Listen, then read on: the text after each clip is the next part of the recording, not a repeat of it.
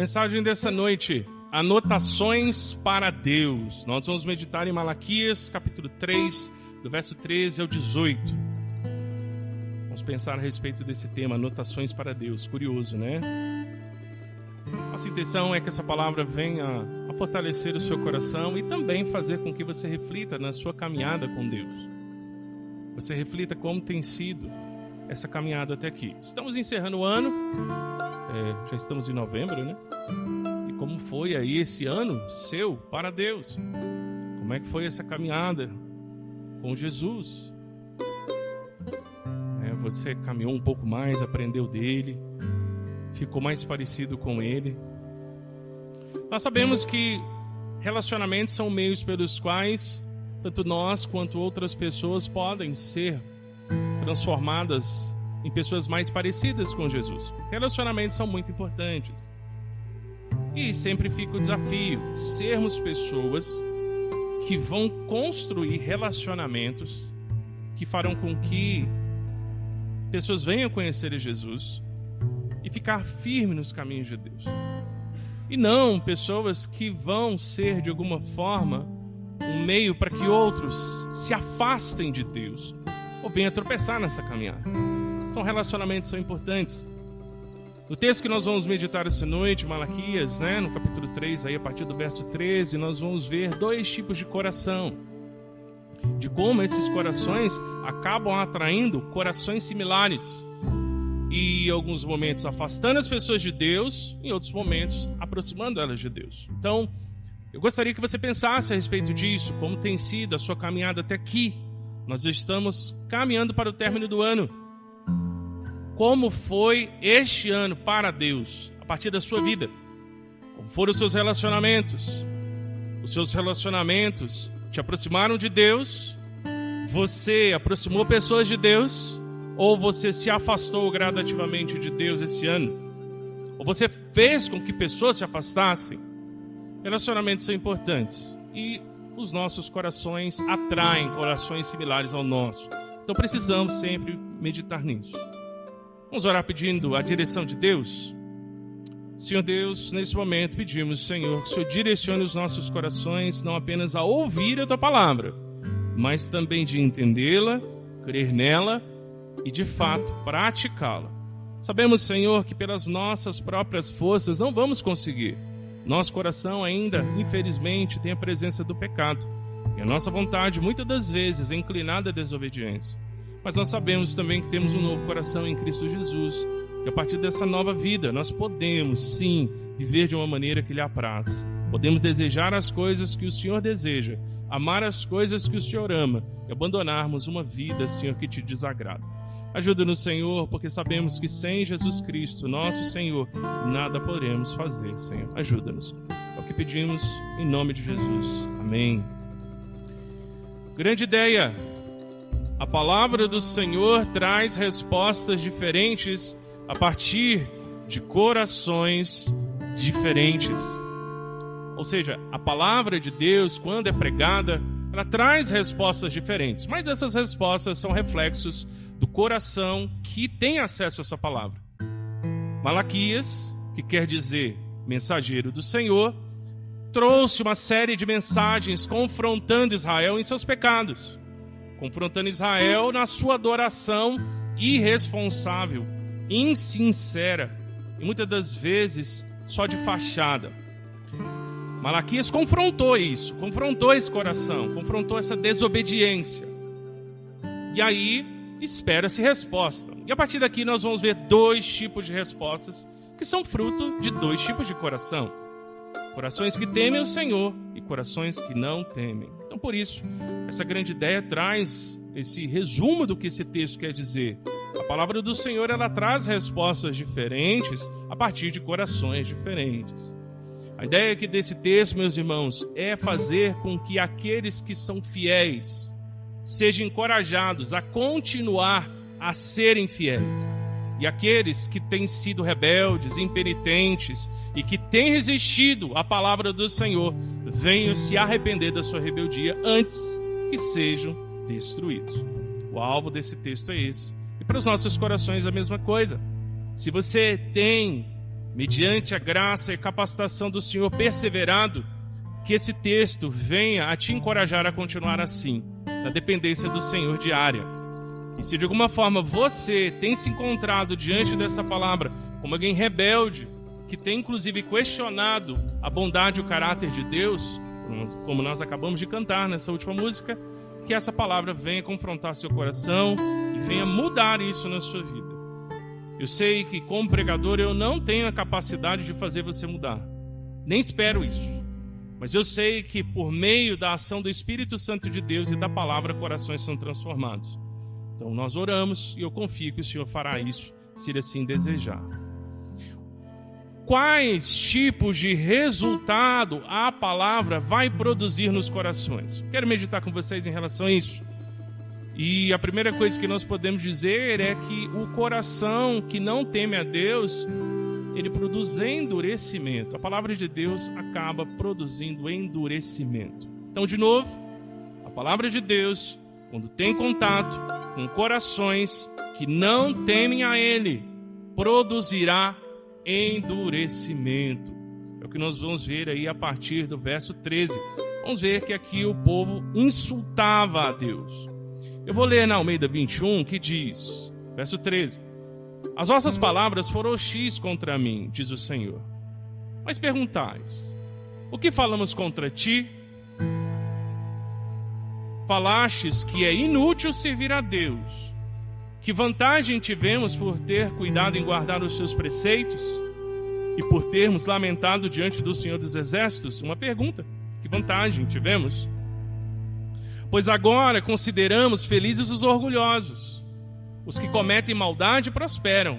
Eles desafiam a Deus e escapam ilesos. Então aqui nós vemos corações que não temem a Deus.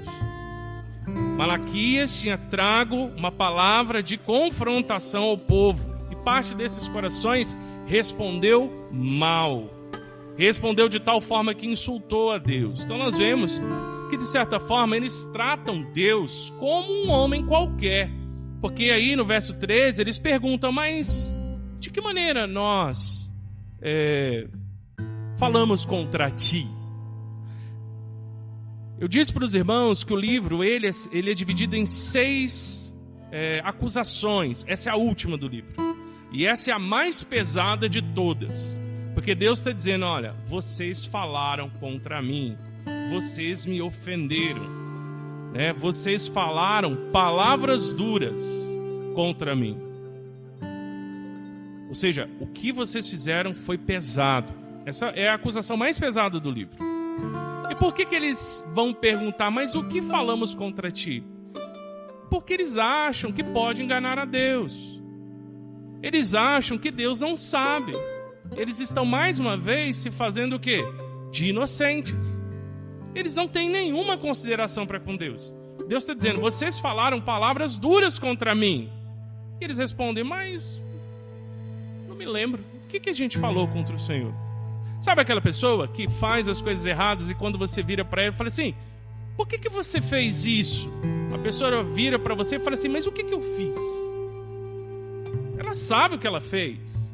Ela sabe que o que ela fez é errado. Ela sabe que o que ela fez ofende a Deus. Mas com a cara mais dura do mundo, né? Cara de madeira, de passar, né? Aquele lustramóveis. Vira para Deus e fala, mas o que nós falamos contra ti, né? Ou como dizia antigamente, cara de peroba, né? O que nós falamos contra ti? Ah, o que vocês falaram contra mim? Perfeito. 2 coisas que eles falaram contra Deus. Primeiro, não vale a pena servir a Deus. É a primeira coisa. Segunda, vale a pena ser ímpio. Eles falaram de maneira clara. Deus diz isso a eles. A primeira coisa é, não vale a pena servir a Deus. Não vale a pena. E a segunda, o que vale a pena é ser ímpio. É ser rebelde. É não viver segundo a vontade de Deus. Lembre-se, nós não estamos falando de pessoas que não faziam parte do povo de Deus. Nós estamos falando de pessoas que estavam no meio do povo de Deus. Malaquias está trazendo essa mensagem para Israel. Pessoas que faziam parte do povo de Deus. São pessoas dentro do povo de Deus que estão dizendo essas duas coisas. Não vale a pena servir a Deus, e o que vale a pena, na verdade, é viver como alguém que é rebelde para com Deus. Viver como um ímpio. E é isso nós podemos ver claramente no verso 14. Quando eles vão dizer não vale a pena servir a Deus, eles dizem que é inútil servir a Deus. Vocês falaram, é inútil me servir, é inútil servir a Deus. E eles fazem, na verdade, até uma pergunta: que vantagem tivemos, ou de que adianta guardar os seus preceitos e andar de luto diante do Senhor dos Exércitos? O que adianta eu obedecer a sua lei e ficar triste, guardar luto, né? Ficar lamentando diante do Senhor? Não me trouxe nenhuma vantagem. Qual o problema aqui, meus irmãos? Eles faziam essas coisas não porque de fato isso era o coração deles, mas porque eles esperavam algum benefício da parte de Deus. Eles achavam que se eles tivessem uma obediência externa, formal, uma religiosidade, de alguma forma Deus abençoaria a vida deles. E o que eles estão de olho aqui, conforme nós vamos ver no verso 15, é prosperidade financeira. Eles querem prosperar, eles querem ser ricos, eles querem ter conforto, eles querem ter vida boa. E eles esperavam que se eles fizessem essas coisas, Deus daria uma vida de conforto para eles. Que texto relevante para os nossos tempos, em que cada vez mais as pessoas têm dito que Deus promete esse tipo de coisa para as pessoas. Domingo passado nós meditamos a respeito do dízimo e como o dízimo é um recurso para a adoração ao Senhor. Mas isso não tem nada a ver com comprar bênçãos, fazer troca com Deus ou negociata. Nada a ver com isso. Deus esperava isso deles porque esperava o quê? Amor, fidelidade e temor. Eles, em contrapartida, participavam do culto de uma maneira totalmente irresponsável e desleixada, e mesmo assim achavam que Deus tinha que abençoar a vida deles. E acusam Deus de não dar a eles o que eles queriam. E aí a resposta deles no final é o quê? É inútil servir a Deus. Do que adianta a gente vir aqui e fazer tudo o que Ele pede para a gente fazer, se no final das contas a gente não tem o que a gente quer?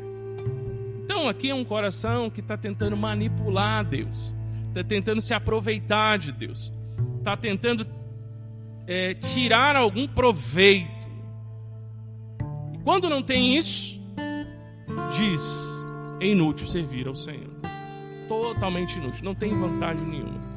Bom, como eles de fato pensam assim e acham que Deus é o servo deles e que eles que têm que ser servidos, nada mais esperado do que é dito no verso 15. Pois agora consideramos felizes os orgulhosos, os que cometem maldades prosperam. Ou seja, as pessoas que abertamente desonram a Deus, que dizem que não creem no Senhor, são pessoas orgulhosas, são pessoas maldosas. Essas pessoas prosperam. Muito parecido do que é dito em Salmo 73 e também Salmo 37, né? Quando se fala a respeito da diferença do justo e do ímpio, daquele que não teme o Senhor e o que teme. Aqui o coração deles está morrendo de inveja de ímpios. Está morrendo de inveja de pessoas que são abertamente opositoras a Deus. Então pensa hoje em dia, pessoas que blasfemam abertamente contra Deus, se opõem a Deus, criticam a igreja, criticam o evangelho, criticam a palavra de Deus e financeiramente são prósperas. Pense essas pessoas. Esses israelitas, eles estão olhando para essas pessoas e dizendo: correto é ser assim. Correto é ser uma pessoa que zomba de Deus e que vive a sua vida como se Deus não existisse ou como se Ele não fosse importante. Quem me dera ser assim, porque eles prosperam. Quem me dera ter essa vida, porque é inútil servir ao Senhor. E ele vai continuar dizendo aí no verso 15: os que cometem maldade prosperam, eles desafiam a Deus, escapam ilesos. Ou seja, meus irmãos, o que nós percebemos claramente aqui nesses corações, são corações que não temem a Deus, que chegaram a tal ponto de rebeldia que estão totalmente endurecidos. Pessoas dentro do povo de Deus que tem um coração totalmente endurecido, que chega ao ponto de dizer que não vale a pena servir a Deus, que fizeram o que fizeram por Deus e isso foi inútil, e que na verdade eles gostariam de viver como aqueles que blasfemam e que se opõem a Deus. É o ponto mais alto do endurecimento. Pessoas que arrotam santidade, mas que morrem de inveja de ímpios. Essa é a resposta que a palavra de Deus produziu em parte daqueles corações que tiveram acesso à mensagem de Malaquias.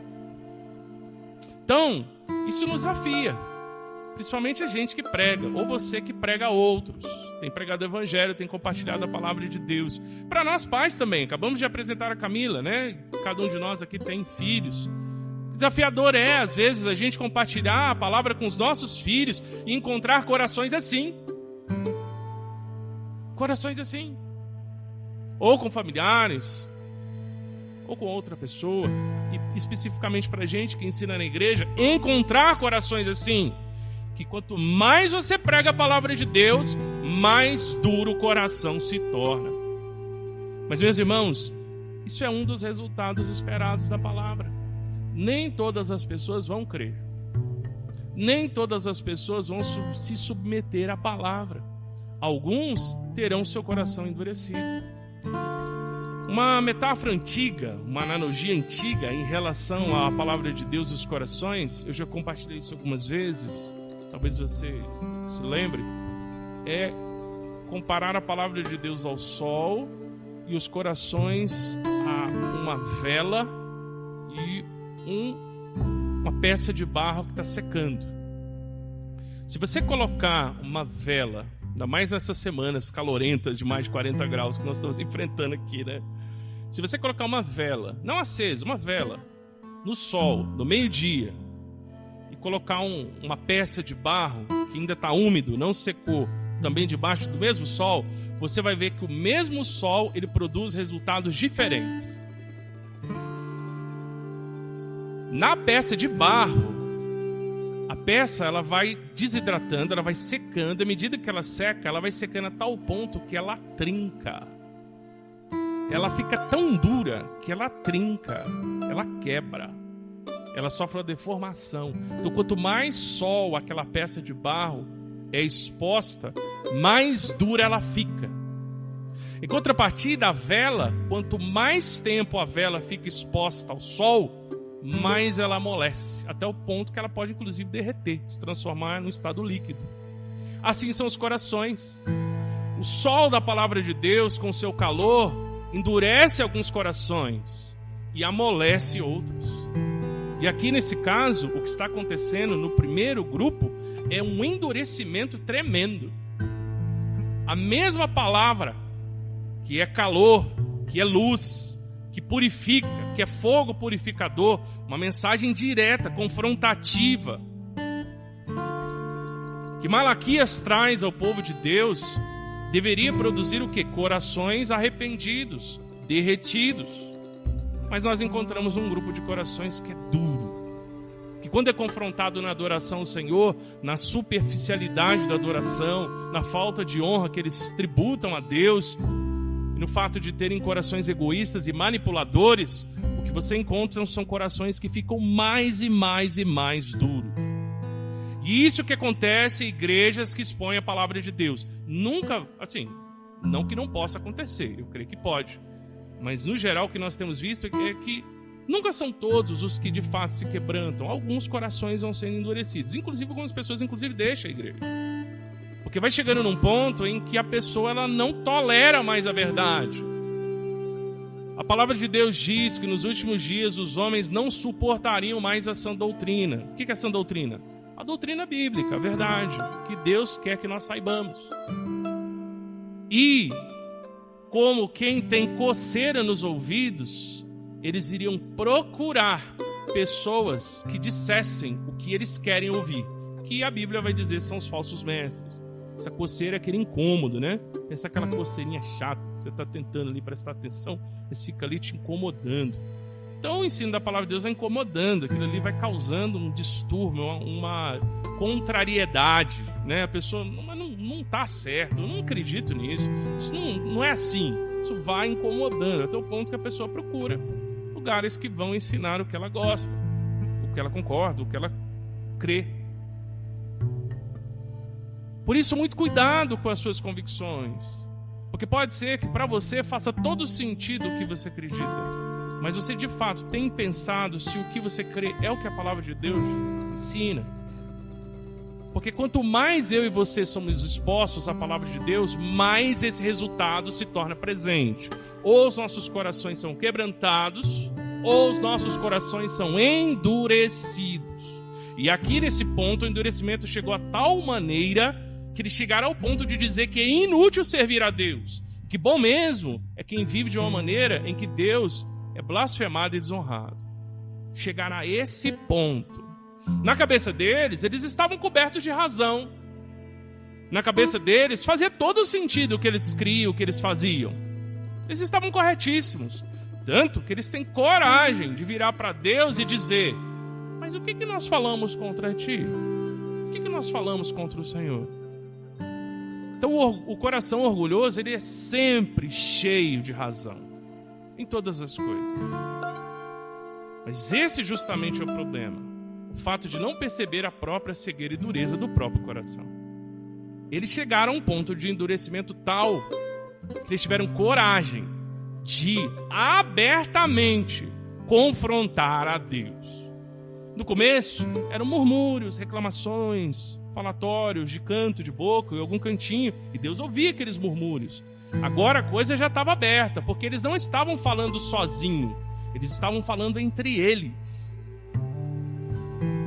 Eles estavam conversando, é como uma pessoa dizer para outra: é inútil servir a Deus, do que adiantou a gente fazer isso? Por isso que eu me referi a relacionamentos. O coração descontente, rebelde, endurecido, acaba encontrando um outro coração na mesma circunstância, e aí fica com essa conversa, em que um acaba sendo instrumento de desviar o outro, e ambos acabam se desviando de Deus. No final, o que nós vemos aqui é um coração que tem inveja dos ímpios enquanto finge santidade. Vamos pensar aí princípios para a nossa vida. O que nós percebemos, meus irmãos, é uma fé de conveniência. E esse que é o grande problema. Uma fé de conveniência, ela sempre vai produzir uma obediência interesseira. Enquanto for interessante servir a Deus para esse propósito, eu vou fazer. A partir do momento em que Deus não fizer o que eu quero, não tem nenhuma razão mais de eu servir a Deus. É uma obediência por interesse. E obediência por interesse é alguma obediência, meus irmãos? Vamos ser sinceros. É óbvio que não. Isso não é obediência, de forma alguma. É uma tentativa de manipular Deus. E esse que é o ponto. Uma fé de conveniência sempre vai pensar nisso. No que é conveniente? Para a pessoa. Ou seja, eu faço se me convir e no que me convir. Eu sirvo a Deus do meu jeito.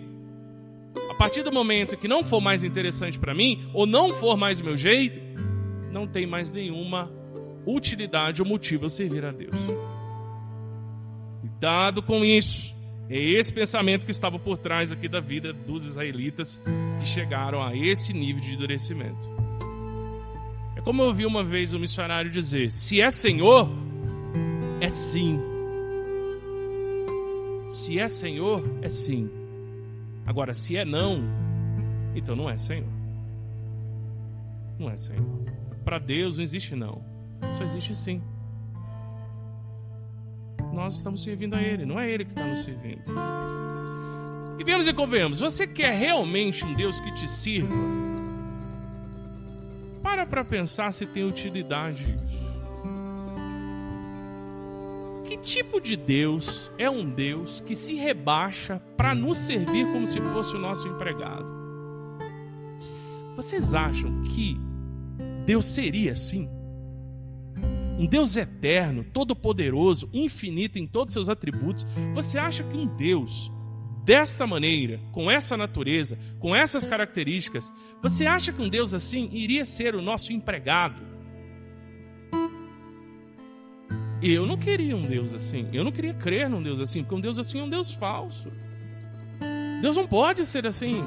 Criatura sou eu, não Ele. Então isso é uma autoilusão.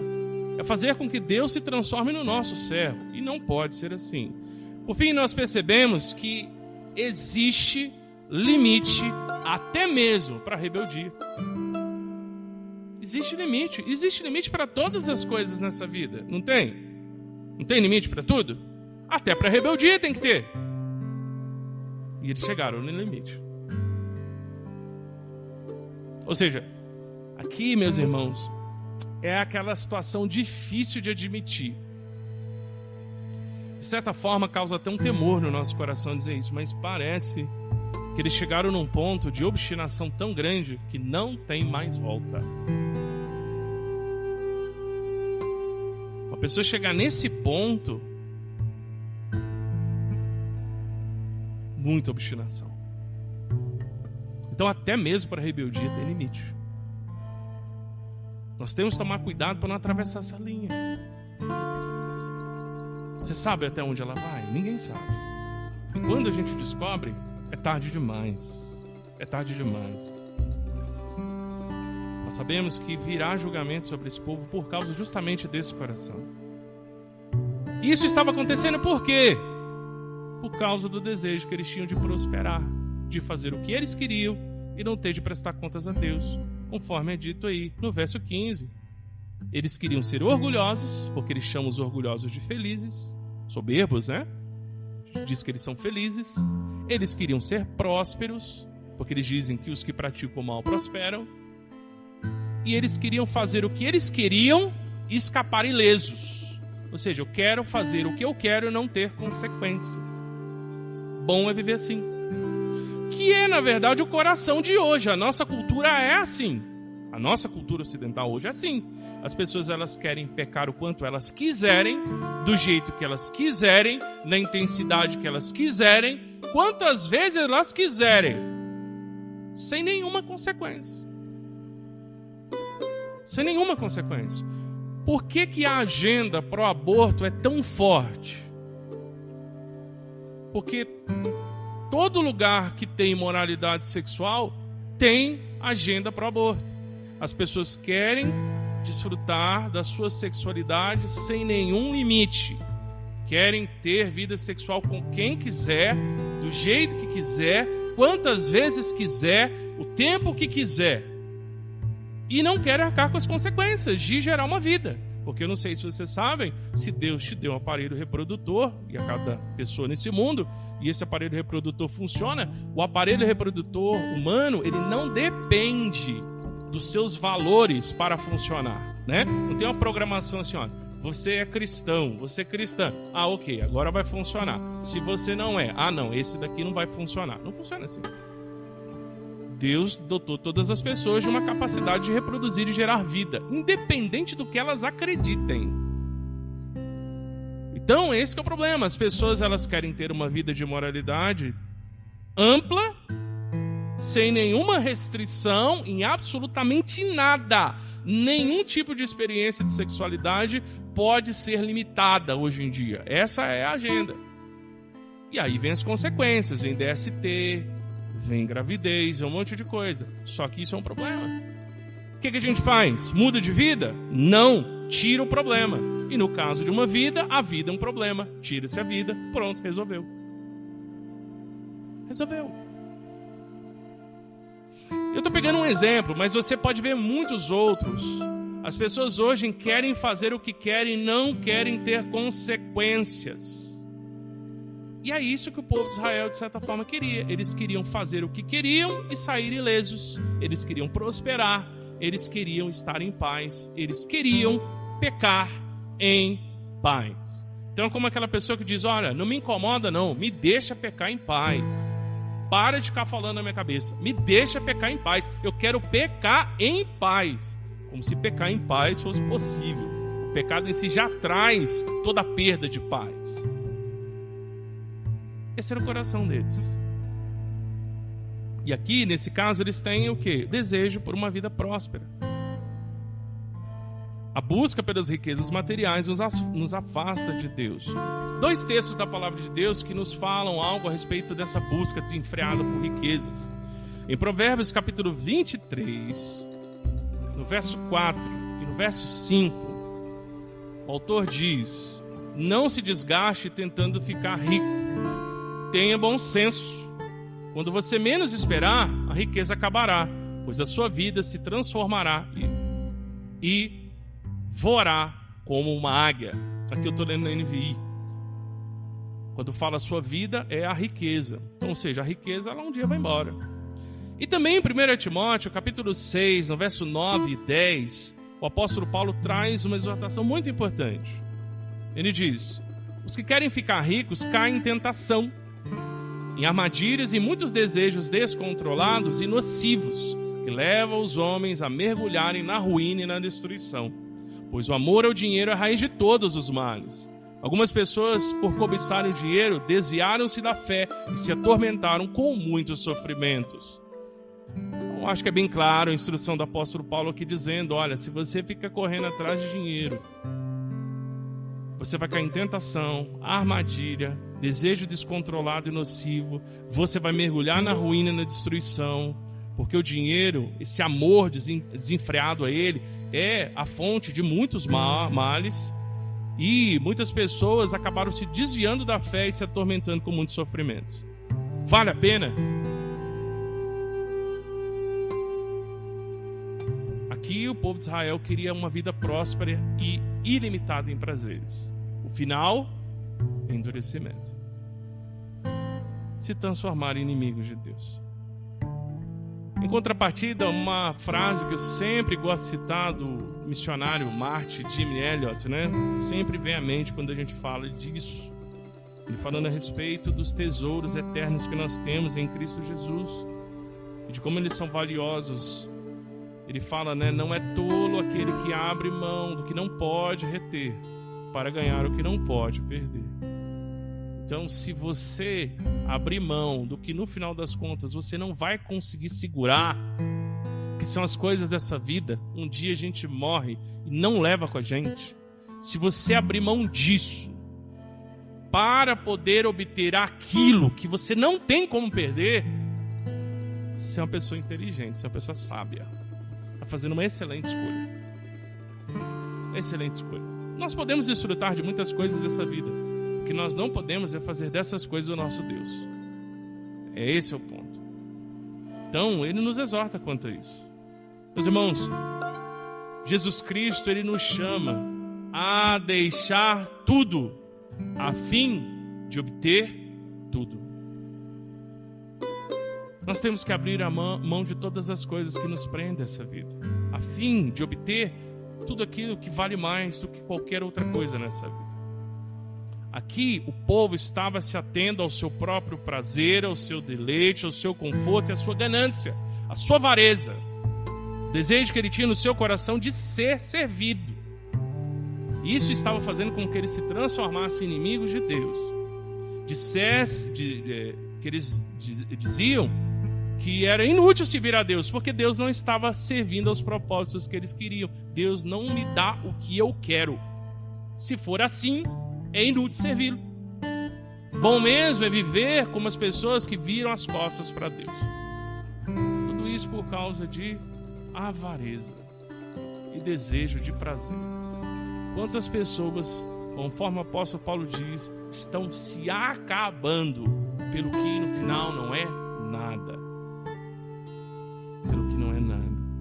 Ao contrário, Jesus Cristo nos diz: abandone todas essas coisas que te prendem, que te impedem a me seguir. Ele disse para os seus discípulos: deixem tudo e me sigam. Nós também somos convidados a fazer isso, abrir mão das coisas que nos prendem e a seguir a Jesus. E nós sabemos que ao fazer isso, nós vamos obter o que não pode ser comprado por nenhum valor desse mundo, o que é eterno e que não pode ser perdido. Ele mesmo diz: não ajuntem tesouros nessa terra, onde a traça come, o ladrão rouba, enfim, tudo isso acaba. Antes ajuntem tesouros nos céus, onde nenhuma dessas coisas vai de fato acontecer. Jesus nos chama a deixar tudo a fim de obter tudo. Primeiro coração, corações que não temem a Deus. Qual o resultado da palavra de Deus nesses corações? Endurecimento. Mas, pela graça e misericórdia de Deus, nós também temos corações que temem a Deus. Qual o resultado nesses corações? Arrependimento, mudança, transformação. Ou seja, corações que honram a Deus. Acompanhe comigo a leitura, verso 16 diz: Então os que temiam o Senhor falavam uns aos outros. O Senhor escutou com atenção o que diziam. Havia um memorial escrito diante dele, para os que temem o Senhor e para os que se lembram do seu nome. Eles serão a minha propriedade peculiar naquele dia em que preparei, diz o Senhor dos Exércitos. Eu os pouparei, ou como diz no século 21, terei compaixão deles, como homem que poupa o seu filho que o serve.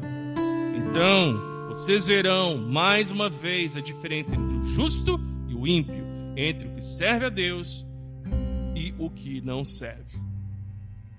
Da mesma maneira que o primeiro grupo começou a se juntar para blasfemar contra Deus, aqui nós vemos, a partir do verso 16, que houve um outro grupo que, quando foi confrontado com a palavra que Malaquias trouxe, eles tinham temor no coração. Eles temeram a Deus. Olha o que é dito aí. Então aqueles que temiam o Senhor falaram uns com os outros. Ou seja, parte daqueles israelitas que ouviram essa mensagem começaram: é verdade, a gente está pisando na bola. É verdade, a gente está pecando mesmo. A gente precisa fazer alguma coisa. Eles começaram a se movimentar. Eles falaram uns com os outros. Tá vendo como é que relacionamento é importante? Uma pessoa que é tocada pela palavra de Deus chega em outra pessoa que também é tocada pela palavra de Deus, e ambos trabalham juntos a fim de caminhar nessa palavra. Relacionamentos que aproximam as pessoas de Deus e não relacionamentos que afastam as pessoas de Deus. Relacionamentos que acolhem a palavra de Deus e que encorajam e fortalecem outras pessoas a fazer o mesmo. E não relacionamento que desviam as pessoas da palavra de Deus. Aqui houve um grupo que temeu o Senhor e eles começaram a conversar entre eles. E é interessante essa conjunção que aparece aí, então, ou seja, após a palavra, eles tiveram essa resposta. Eles ouviram a confrontação que Malaquias trouxe, isso produziu uma resposta no coração deles. E a resposta foi o quê? Temor e ação. Eles temeram no seu coração, reconheceram que estavam errados e se movimentaram, começaram a conversar um com o outro, encorajar um outro. Puxa vida, você ouviu aquilo ali que Deus falou através de Malaquias? Nossa, minha cabeça tá pegando fogo, eu tenho que fazer alguma coisa. Se movimentou, respondeu, fez algo. E não fez sozinho, procurou alguém para estar junto. Muito interessante isso, né? E olha que interessante, no verso 16 diz: e o Senhor os ouviu com atenção. Da mesma maneira que Deus tinha ouvido os absurdos que o grupo que teve o coração endurecido disse contra ele, Deus também ouviu as palavras de quebrantamento e de arrependimento daqueles que se incomodaram e foram de fato confrontados pela palavra de Deus e queriam se mover e fazer algo. É dito aí no verso 16: e o Senhor os ouviu com atenção. Eles sabiam o que eles estavam dizendo, eles sabiam o que eles estavam fazendo. E aí é dito algo muito interessante. Se você quiser até grife. E diante dele aqui é Deus, né? Dele aqui é Deus. E diante dele se escreveu um memorial. O que é um memorial? O memorial é como um livro em que se escreve todas as coisas que acontecem na vida da pessoa. Depois dos slides vai ter algumas referências que você pode ler no decorrer da semana, tá bom? Se você quiser, nas aplicações você anota ela aí, ou eu vou disponibilizar daqui a pouco também o esboço, aí você pode ler as referências, você vai ver as referências relacionadas a essa questão de escrever no livro. Mas o que vem de maneira mais rápida na nossa cabeça é o quê? O livro da vida, os livros das obras, nos quais nós sabemos que tudo o que fazemos está gravado diante de Deus. E da mesma maneira que os absurdos que aqueles que blasfemavam contra Deus estavam gravados, no sentido de que Deus estava ciente, também a atitude daqueles que se arrependeram também estava gravado diante de Deus. É isso que quer dizer, diante dele, no caso Deus, se escreveu um memorial. Tudo que eles estavam falando, as decisões que estavam tomando, a ação que eles estavam tendo, isso estava, sendo anotado. Deus estava ciente de cada coisa.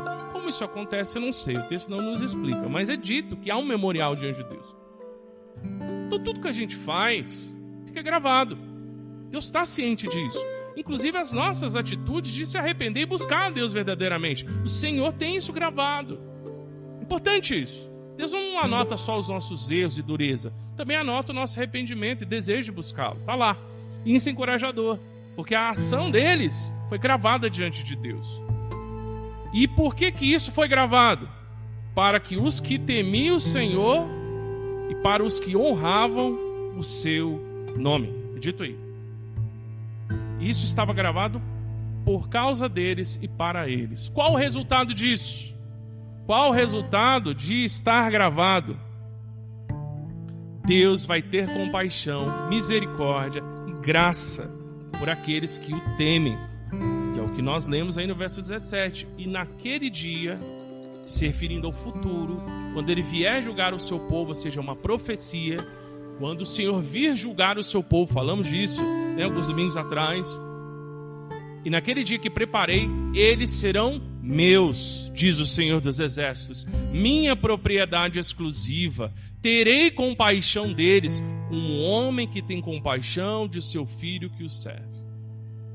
Pense o coração de um pai, ao olhar para o seu filho, que é fiel e que o serve por amor, que verdadeiramente o ama.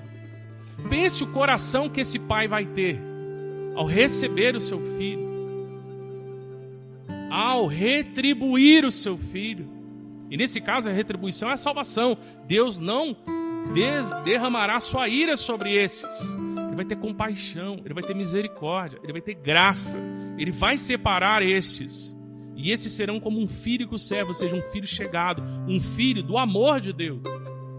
Ou seja, aqueles que blasfemam contra Deus, no seu momento, vão experimentar a justiça de Deus. Mas em contrapartida, aqueles que se arrependem, que tomam atitudes de mudança, esses contarão com a graça, a misericórdia e a salvação de Deus naquele dia que Ele preparou. Isso é muito importante.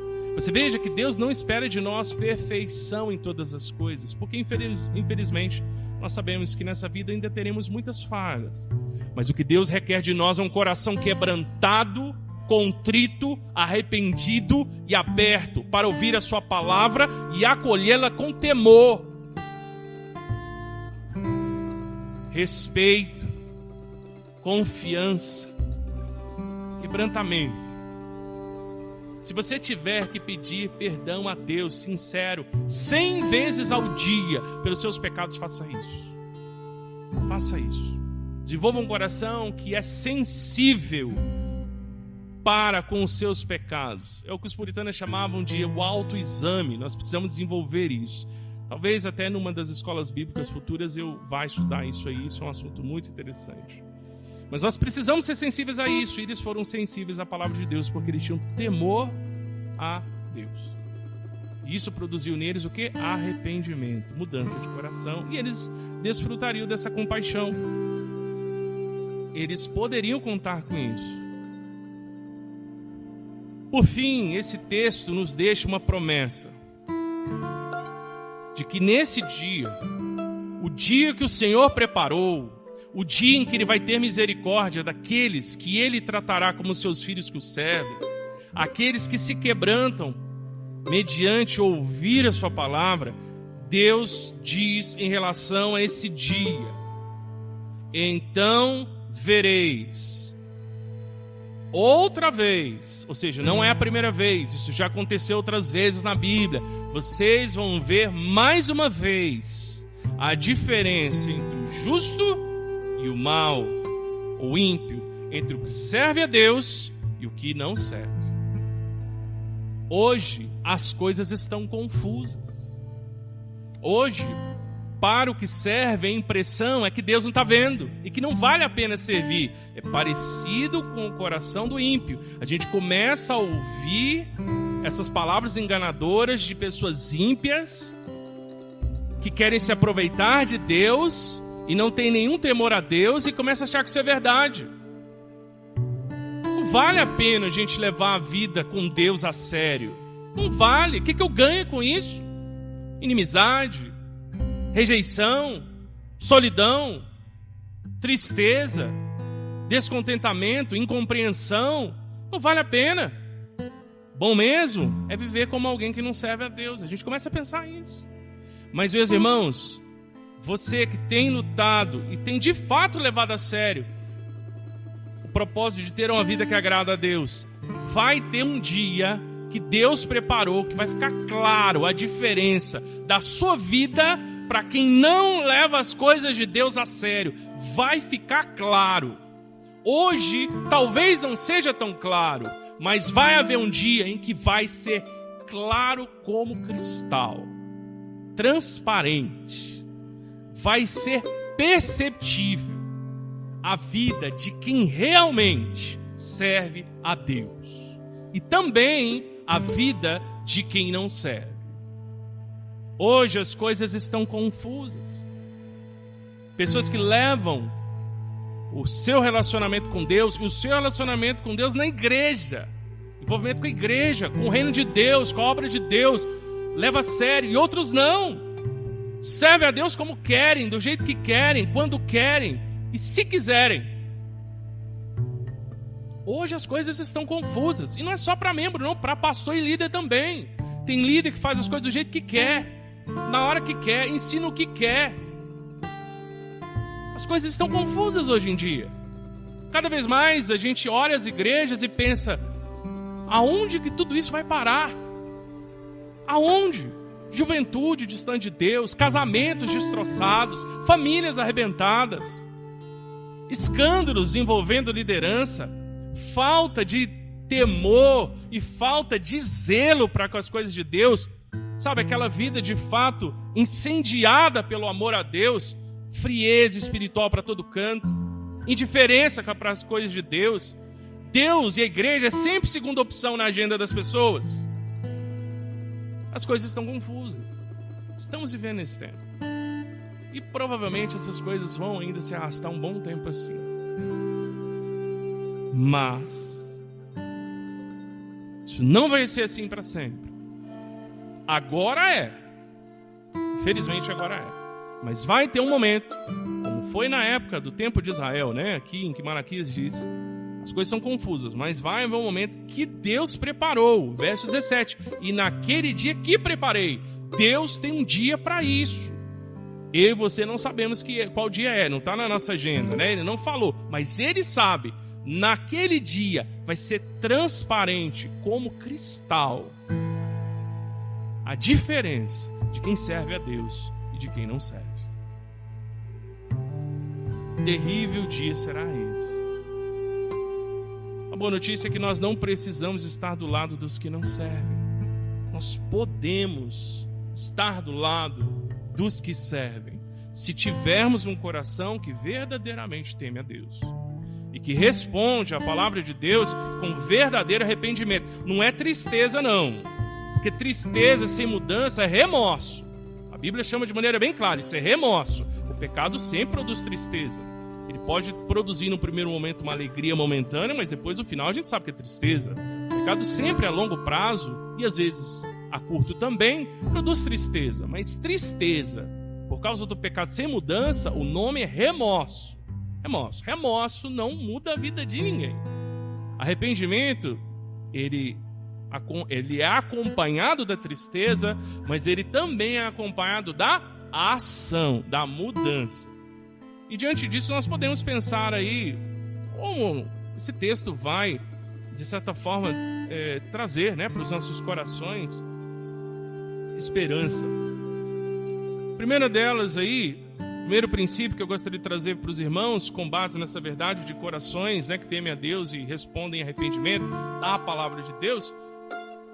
é que sempre valerá a pena ser fiel a Deus. Sempre. Sabe por quê? Porque ele tem tudo anotado no livro dele. E aí tem as referências que você pode ler no decorrer da semana, pensar sobre isso.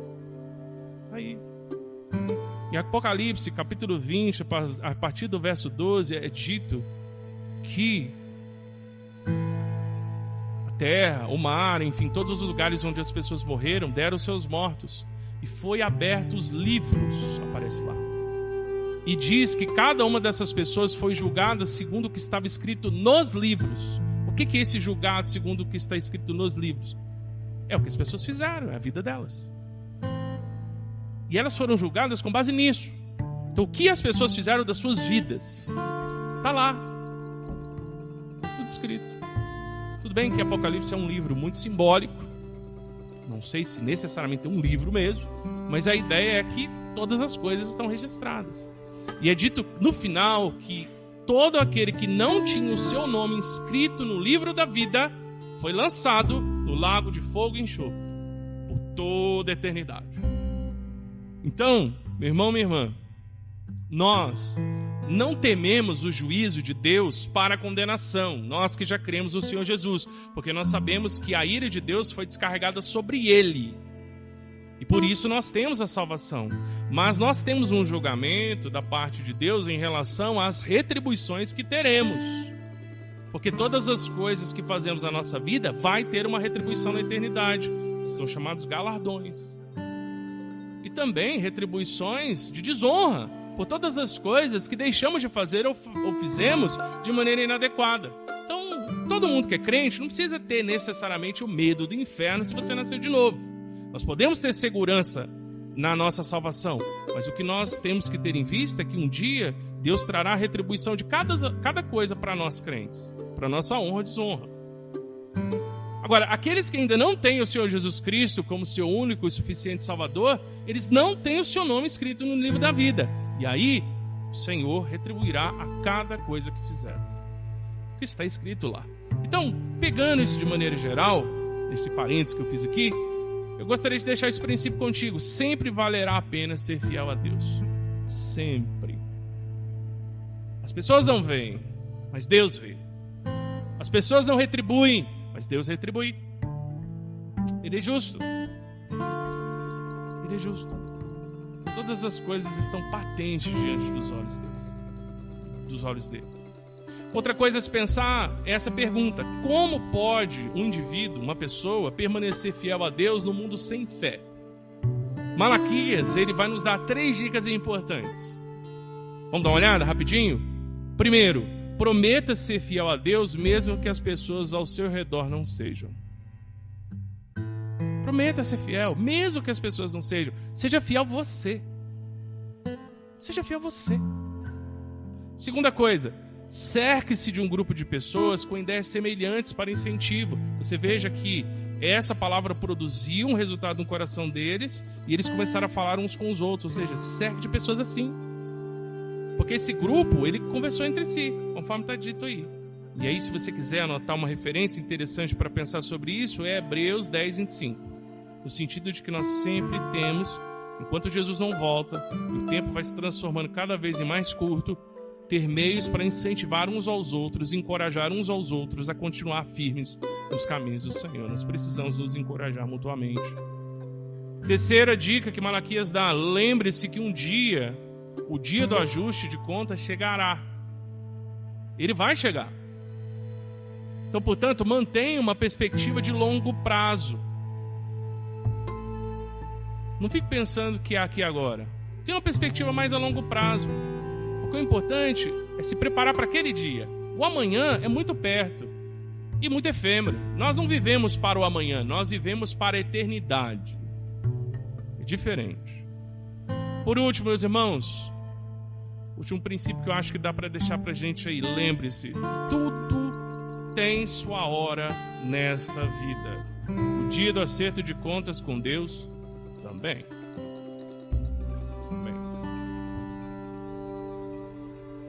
A palavra de Deus está sendo pregada. Quais resultados ela vai trazer? Depende dos corações. Se forem corações que temem o Senhor, quebrantamento, santificação, serviço ao Senhor. Se forem corações que não temem a Deus, endurecimento. Mas isso vai acontecer mesmo. Eu digo por mim como pastor, e eu creio que todos os pregadores têm isso, essa luta. Nós temos o desejo de que as pessoas mudem, respondam a palavra de Deus e seja uma bênção. E quando isso não acontece, a impressão que a gente tem é que nós somos fracassados. Nós somos fracassados, não estamos pregando direito, não somos tão bons quanto deveríamos ser. E talvez você tenha essa sensação quando você está pregando e não vê os resultados. Mas lembre-se, um dos resultados esperados da palavra de Deus também é o endurecimento.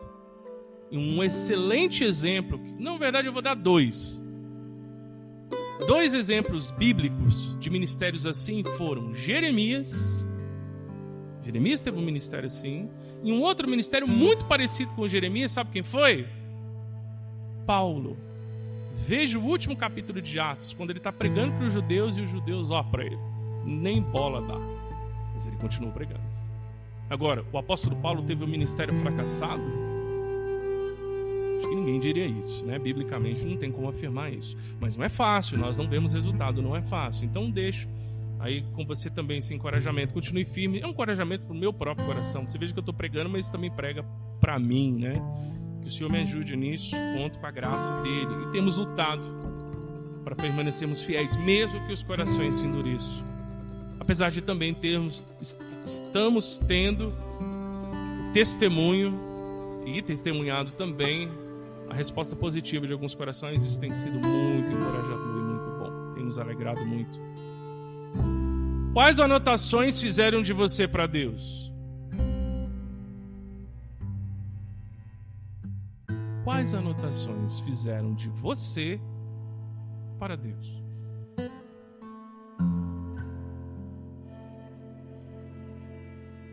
Jesus Cristo escreve os nossos nomes no livro da vida.